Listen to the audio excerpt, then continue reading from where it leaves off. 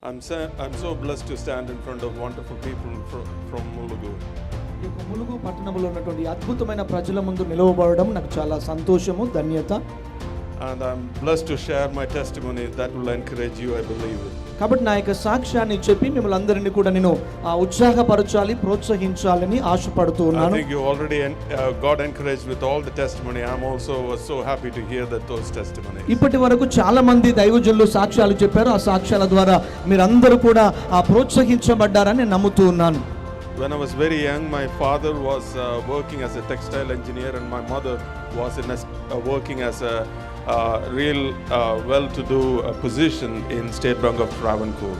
కాబట్టి నేను చిన్న వయసులో ఉన్నప్పుడు నా తండ్రి గారు టెక్స్టైల్ కంపెనీలో ఓనర్గా పనిచేస్తూ ఉన్నారు. అలాగే నా తల్లి గారు స్టేట్ బ్యాంక్ ఆఫ్ ఇండియాలో ఒక మంచి పొజిషన్లో ఉంటూ ఉన్నారు. Very good life. వారికి మంచి జీవితం ఉన్నది. But my father started to start a business. నా తండ్రి గారు చక్కటి వ్యాపారాన్ని నడిపిస్తూ ఉన్నారు with a partner, and he was planning to do the doubling unit, textile doubling unit. కాబట్టి ఆయన టెక్స్టైల్ యూనిట్ ని ప్రారంభిస్తూ ఉంటూ ఉన్నారు. Very good profit.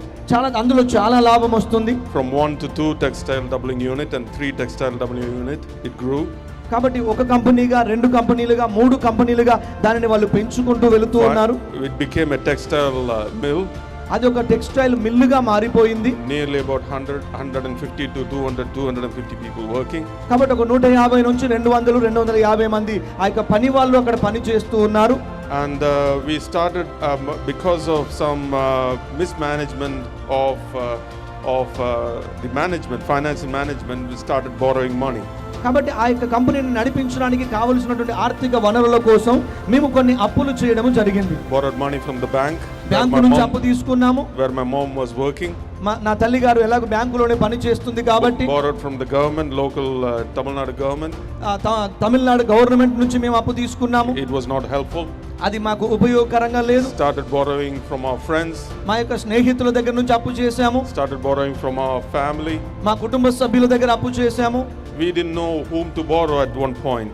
ఒకానొక సమయం వచ్చింది, ఎవరి దగ్గర అప్పు చేయాలో అర్థము కానటువంటి పరిస్థితి. We borrowed a lot. మేము చాలా అప్పు చేశాము. I started calculating, and it was more than, this is in 1996, it was more than 1.2 to 1.5 crore. అది ఆ సమయంలో 1996-97 సంవత్సరంలోనే దాదాపు 1.5 నుంచి 2 కోట్ల రూపాయలు అయి ఉంటుంది. The immense was so strong that we didn't have money to even buy food. మేము ఆహారము కొనుక్కోవడానికి కూడా డబ్బులు లేనటువంటి ఒక క్లిష్ట పరిస్థితిలోనికి మేము వెళ్ళాము. Wherever we go, the people who gave money started asking, and they started harassing as well.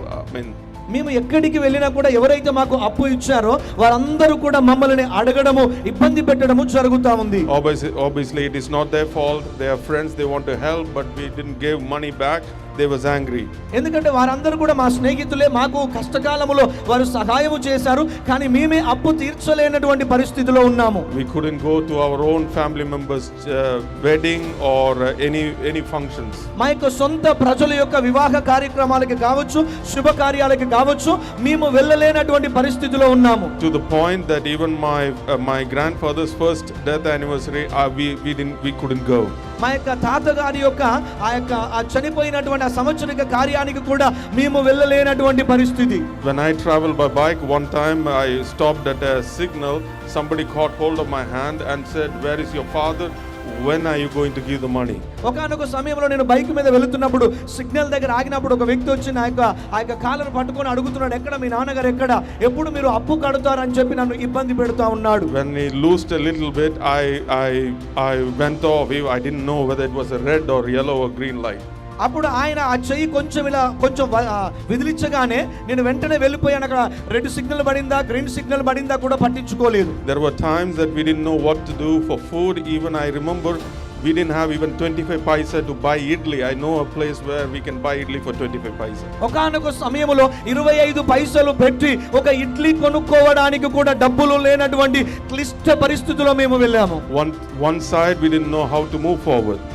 ఒకవైపు ఏమో ముందుకు ఎలా వెళ్ళాలో అర్థం కావట్లేదు. Other side, every second we are afraid and fearful of people coming and asking even to our house. ఇంకొక వైపు ఏమో అందరూ వచ్చి మమ్మల్ని అప్పు కట్టమని ఒత్తిడి చేస్తా ఉన్నారు, బలవంతము చేస్తా ఉన్నారు. My mother couldn't go to the bank because she borrowed money from we borrowed money from the bank and she borrowed money from all the staff. నా తల్లి గారు బ్యాంకులో కూడా అప్పు చేసింది, తన యొక్క ఆ యొక్క సహ ఉద్యోగుల దగ్గర కూడా అప్పు చేసింది కాబట్టి ఉద్యోగానికి వెళ్ళలేనటువంటి పరిస్థితి. We didn't know what to do. The only solution was to commit suicide. అప్పుడు మాకు ఏ మార్గము లేదు, మాకున్న మార్గము ఒకే ఒక మార్గము, అది ఆత్మహత్యే శరణ్యముగా కనబడతా ఉంది. At 1996, debt of more than 1.5 crore, even our generation can't pay it back. 1996వ సంవత్సరములో 1.5 కోటి రూపాయల అప్పు అంటే దాదాపు ఈ తరమంతా కూడా కష్టపడ్డ కట్టలేనటువంటి అప్పు అది. My father, my mother and myself, we were thinking about how to die as a family. నా తండ్రి గారు, నా తల్లి గారు, మేమందరం కూడా ఆలోచన చేస్తున్నాము మనము ఎలా చనిపోవాలి అని. The only thing which stopped us was my brother, who was 10 years younger than me.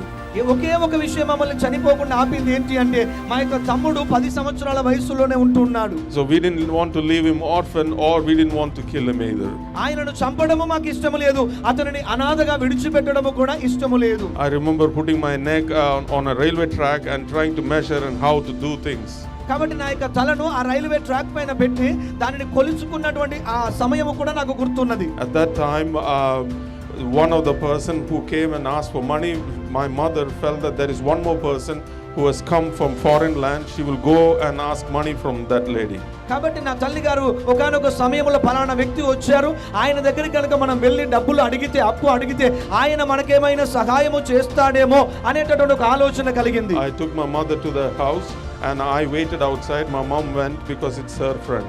కాబట్టి నేను నా తల్లి గారు ఆ వ్యక్తి ఇంటికి వెళ్ళాము, నేను బయట వేచి ఉన్నాను, నా తల్లి గారు ఆ వ్యక్తి యొక్క ఇంటిలోనికి వెళ్ళారు. At that time we at least needed around 50,000 rupees. అప్పుడు ఆ సమయంలో కనీసం ఒక 50,000 మాకు అవసరముగా ఉంటా ఉంది. She came out very happy. ఆమె చాలా సంతోషముగా బయటకు వచ్చింది.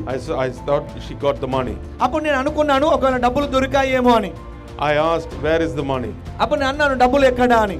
And she started telling that in that house Dad Harry Gomes was there. She was waiting for asking money until after he leaves, but he didn't leave. But when he stood up, he turned around to my mom, started praying and prophesying. కాబట్టి ఆ ఇంటిలో దైవజనులు, నా ఆత్మీయ తండ్రి అయినటువంటి Harry Gomes Sai గారు ఆ ఇంటిలో ఉన్నారు.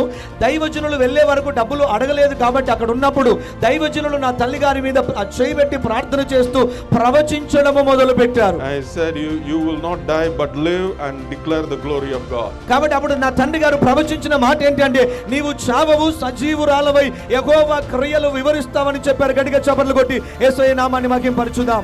Dad doesn't know anything about our story and we didn't know each other at that time. నా తండ్రి గారికి, నా తల్లి గారి గురించి, మా కుటుంబ సమస్య గురించి ఏమీ తెలియదు, మాకు అప్పటికి ఇంకా పరిచయము లేదు. But when I heard this, I thought, how can Jesus open the window of heaven, bring 50,000 rupees to us? అప్పుడు నేను అనుకున్నాను యేసు ప్రభు ఏ రీతిగా ఆకాశపు కిటికీలు తెరిచి ఎలా 50,000 రూపాయలు పంపిస్తాడు అని నేను అనుకున్నాను. I couldn't believe one thing. My mom was very happy, she was happy more than as though she's received a lot of money in her hand. కాబట్టి నా తల్లి గారైతే చాలా సంతోషంగా ఉన్నారు, చాలా డబ్బులు దొరికినంత ఆనందంగా సంతోషంగా ఉన్నారు. కానీ till then our house we were always talking about how to die or how to go for. We didn't have any hope.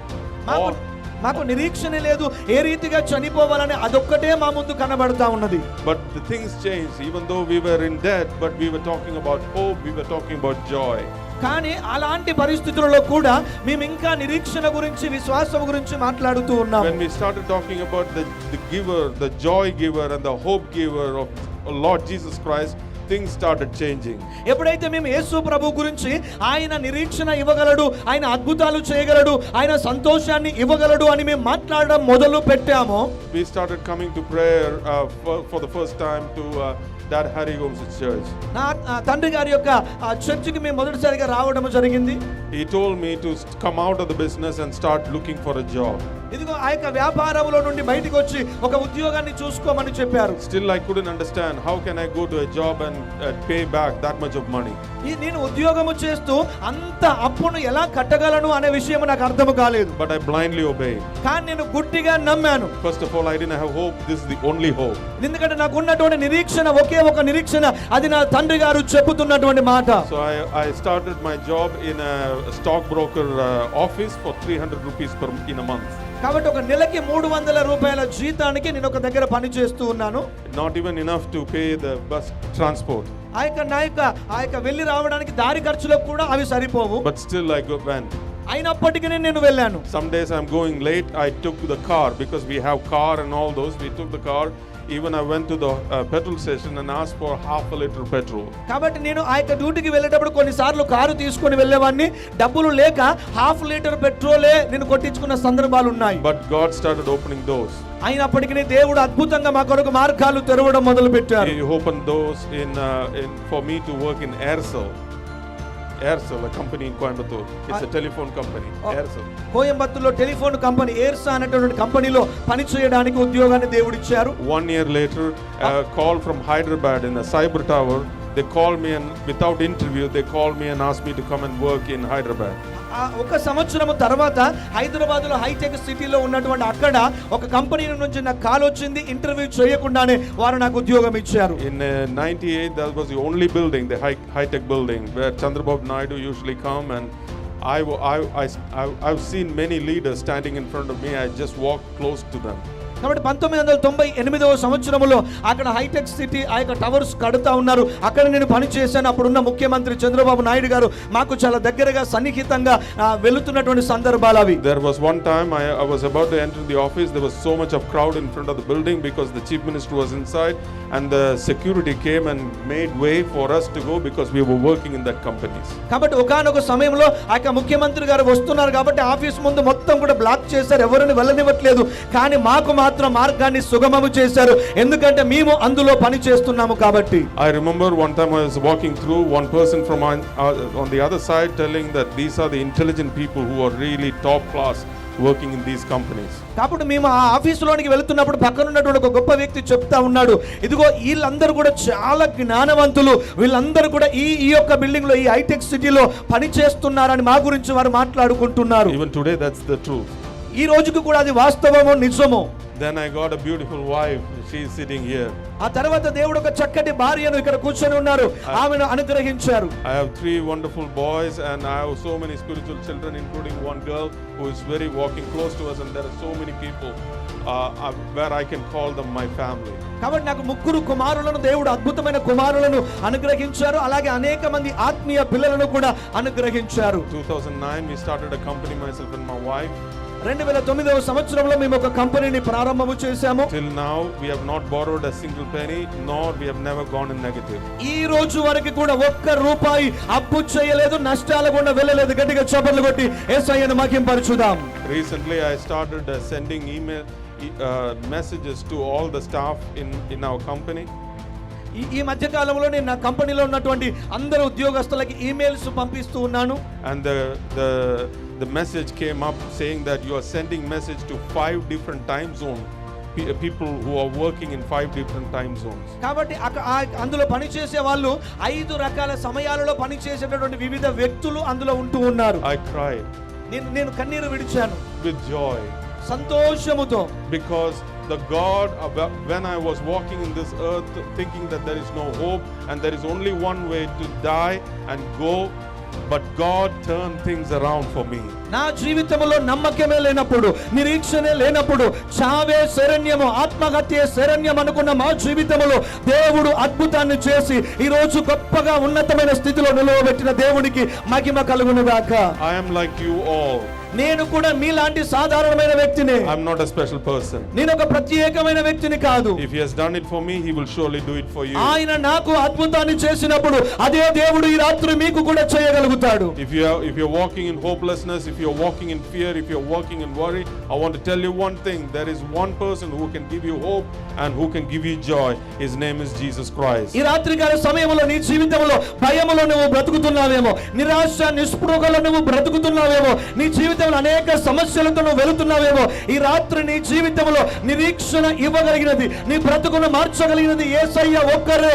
ఆయనను నమ్మితే నీ జీవితంలో అద్భుతము జరుగుతుంది. Today when the message comes to you, you open your heart and receive it as though Jesus is speaking to you. ఈ రాత్రి వాక్యాన్ని మీరు వినబోతా ఉన్నప్పుడు ఆ వాక్యాన్ని యేసు ప్రభువే నేరుగా మీరు మాట్లాడుతున్నట్లుగా నమ్మి ఆ వాక్యాన్ని మీ హృదయంలోకి చేర్చుకోండి.